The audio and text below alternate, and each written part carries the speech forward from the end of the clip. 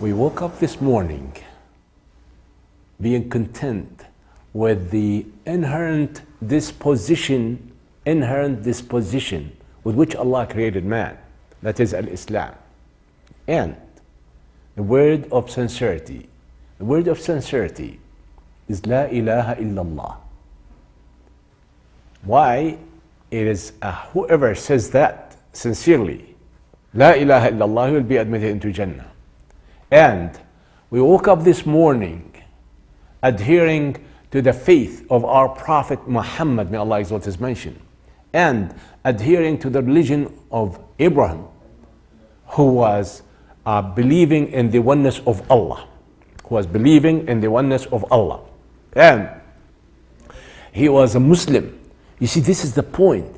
When you admit these words, when you pronounce these words, when you utter these words, it is on your part acknowledgement that Allah created us as Muslims.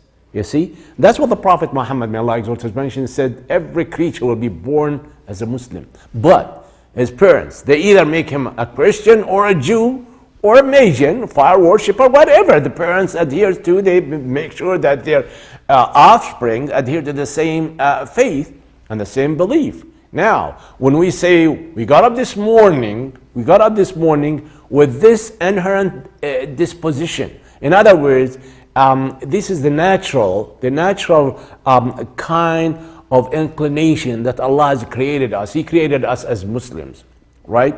So, when we admit this, in other words, we asking Allah to keep us on this straight path. By the way, Islam is the only straight path. According to our Prophet Muhammad, may Allah exalt his mention. The one end of the cord represents the Quran, because the Quran is the word of Allah. Okay, he said one end of that cord in your hand and the other in the hand of Allah. Therefore, we know that this is very significant, very important in our life to make this declaration that, oh Allah, we got up as Muslims. You see, this is the inherent disposition with which Allah created us. Oh Allah, in other words, all praise to you that we got up this morning, we are Muslims. Okay, and we adhere to the sincere words, La ilaha illallah. There is no true. By the way, brothers and sisters, when I give you the meaning of La ilaha illallah, never mind what others say, there is no God but God. It is nonsense. It does not mean so, because there are thousands of gods. Some people worship cows, some people worship animals, trees, stones, whatever, but they're not true gods. That's why we say there is no true God except Allah. It's not a matter of there is no God but God. Come on. You know, I mean, you have to understand this, because it's very important for a Muslim to understand the meaning of this, the kalima of Tawheed, the kalima or the word of the oneness of Allah, the belief of the oneness of Allah. You see, that's why it's the word of sincerity. When you believe sincerely that there's only Allah who deserves to be worshipped, and He's the only true God, there you go. You will have pleasant life if you adhere to it all your life. You see, that's why we say, oh Allah, we got up, believing in this, the word of sincerity, because, in other words, we're asking Allah, oh Allah, keep us on this belief.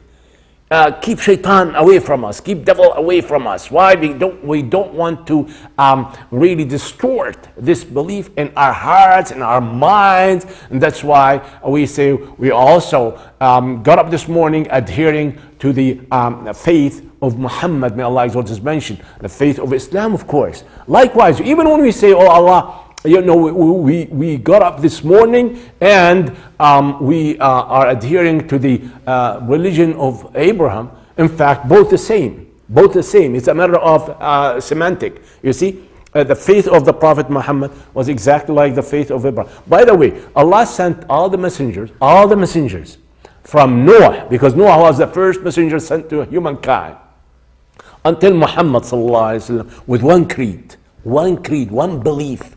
That is to say, to believe in the oneness of Allah, La ilaha illallah, there is no true God except Allah. Okay? Never mind. And all of them are Muslims. That's what Allah says in the Quran. All of the messengers are Muslims. Therefore, when we admit or acknowledge this fact, Allah will be pleased with us, because by acknowledging it, we try to work hard in order to keep straight on the path. We don't want to deviate. We don't want to go astray.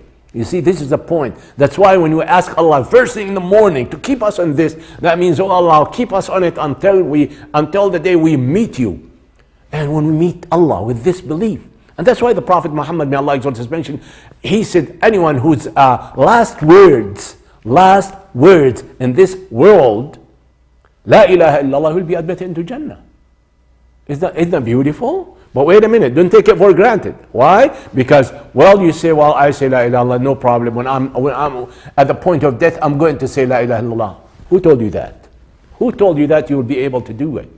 Unless and until you live La ilaha illallah, will not be able to say La ilaha. How many Muslims actually? How many Muslims? They died and they could not say La ilaha illallah. It's very serious. It's not a matter of saying now you take it for granted. Now I'm a Muslim and well, it's easy for me when the angel of death will come to me. I will say La ilaha illallah. Forget it. Unless and until you live that La ilaha illallah, you'll never be able to say it at the point of death. It's very important. That's why somebody, when he was dying and they would tell him, say La ilaha illallah, and he would not be able to say it. He would not be able to say it. He would say, like one of the, according to Imam Qurtubi was mentioning about that man, they would say he was dying. Say La ilaha illallah, he would say, sell this property, buy that property, fix that property, do that, do this. Why? Because he spent his life dealing with real estate and had no time for Allah. Now, at the point of death, he could not say La ilaha illallah. What he said, the words that he used to preoccupy him all the time, that's buy and sell, buy and sell. This is very, very, very serious. Now, we have to really understand one thing, that our lives in the hand of Allah. There's no two ways about it. You remember the Prophet Muhammad, may Allah exalt his mention, whenever he wanted to say something, to emphasize something, he used to say, by the one in whose hand is my life. There you go. By the one in whose hand is my life, that is Allah. So our lives in the hands of Allah, no two ways about it. It's not a matter to take things for granted. Never ever. Even a believer will never take things for granted. Why? Because he always has to supplicate, oh Allah, accept my salah. You see, that's what Allah says in Surah Al-Mu'minun, وَالَّذِينَ يُؤْتُونَ مَا آتَوْا وَقُلُوبُهُمْ وَجِلَةٌ. Those who try their best to please Allah, and yet they are scared of Allah and of Him. Why? Because they don't know whether Allah is going to accept their works or not. You see, this is the point. That's why we have to understand this very well. That's why I'm here to give you this supplication, to repeat and to learn and to teach. Okay? Next time we'll talk about another hadith. Until then, Assalamu alaikum wa rahmatullahi wa barakatuh.